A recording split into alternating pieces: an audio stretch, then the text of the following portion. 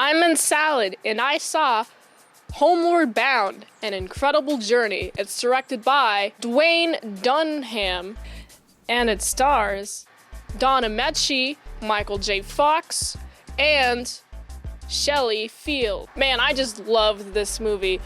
It is a very comfy, campy film about dogs and a cat going across country. It's very heartwarming. I personally love it because I love animals.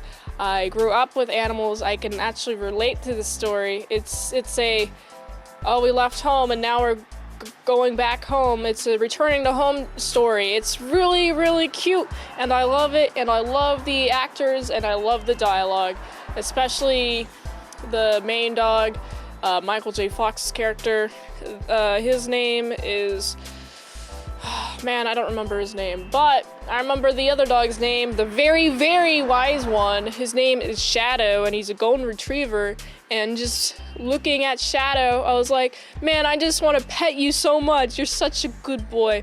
And the other dog, Chase, that's his name. Chase is a very rambunctious dog. He just wants to ruin everything and have everything his way. He doesn't feel like it fits in, like doesn't have a family, which is very heartwarming when he later realizes that he has a family. But it's the journey. The journey of the movie is the most important part of this movie, and it's great. I love it so much. I love about the movie. I love the scenery. I love the dog and cat voices, especially because this is a really good example of a movie that doesn't have to move the dog and cat lips when they're speaking. It's just dogs and cats telekinetically speaking to each other. And I found that concept really cool. A movie that I haven't seen much of that does this poorly is Beverly Chihuahua. Just seeing like some glimpses of the dogs on screen passing by, it's just like, oh, moving dog lips. I'm like, no, I don't like that at all. I like these dogs just kind of being able to bark when they're really serious about something. Man, I love the parts where Rascal has to learn about surviving in the wild. There are some things that aren't given to you, like food and water, and he wants, at the beginning, just to expend all his energy, just out roaming in the wild, being free. And Shadow's like, hey, you gotta pace yourself. Come on, man, chill out. It's pretty great. It's a good lesson. It's a great family movie for people trying to teach children how to be, in a journey, how to pace yourself, and then just enjoy the journey. That's the entire thesis of this movie, I personally think and feel. You know what's important about this movie, though? Family. They all have a family. Shadow and cat's name, Sassy is her name, and she's very uptight. She really likes her looks. I appreciate the humor where it's like, watch and learn my style of how to get food. And the style and get food is she doesn't want it at all, and then she eats the food. This is the beginning scene where they're at the wedding, and her dialogue is pretty great. She's like, oh, I'm trying to lose 4 ounces. Just like 90s humor. Man, I really appreciate this movie. This is a really tear-jerker movie. I cried a little when the family left, and I was like, this pains my heart so much, just because I can especially relate. It's just so sad. Anyway, I really like the river scene where Sassy thinks the entire movie that she is better than dogs, and there's a scene where they have to cross a river, and she's like, oh, I'm not gonna cross this stream at all. Fuck that shit. I'm going to go down even further and cross the rocks. And so she starts to cross the rocks, and then she falls, and she goes down the river. and she goes down the river, and she's caught by the rapids, and Chase and Shadow presume that she is dead, but she is not dead. She's been found by a guy in a cabin, and he's a really nice guy, and he takes care of her.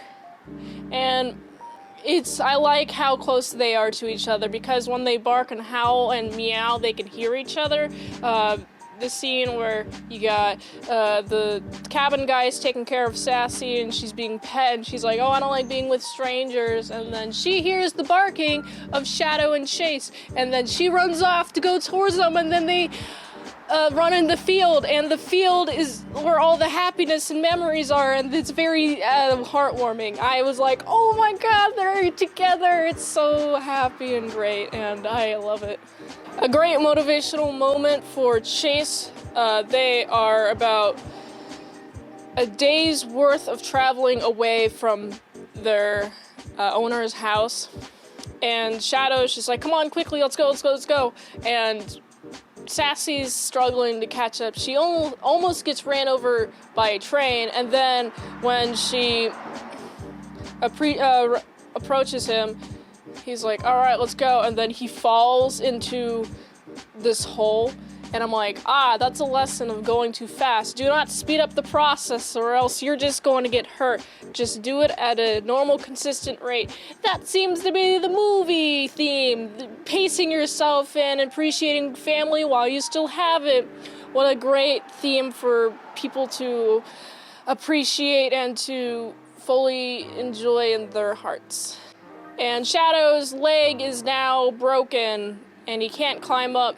And Chase is like, I need you to climb up. You're the one who motivated me to stay on this journey.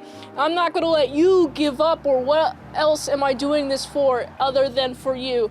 And so it's shown off screen, but Chase gets Shadow out, and I really like the structure of this editing. So after this whole speech, then we get a flashback to the family, and the family's just all sad, and they're waiting for the pets to come, and we see Chase, and they're all happy and giving Chase much love and much pets, ha ha ha, it's so great. And then you see Sassy, and Sassy's getting much love and much praise, and then the kid who's really attached to Shadow is like, oh, where is Shadow? And there's a lot of moment in that moment. There's a lot of silence and tension built within that moment, and when it's released and you see Shadow just limping, and I'm like, oh my god, he's reunited with Shadow, and that's great, and that's how the movie ends, and I really enjoy this movie so much. It's great. I heavily recommend it. It is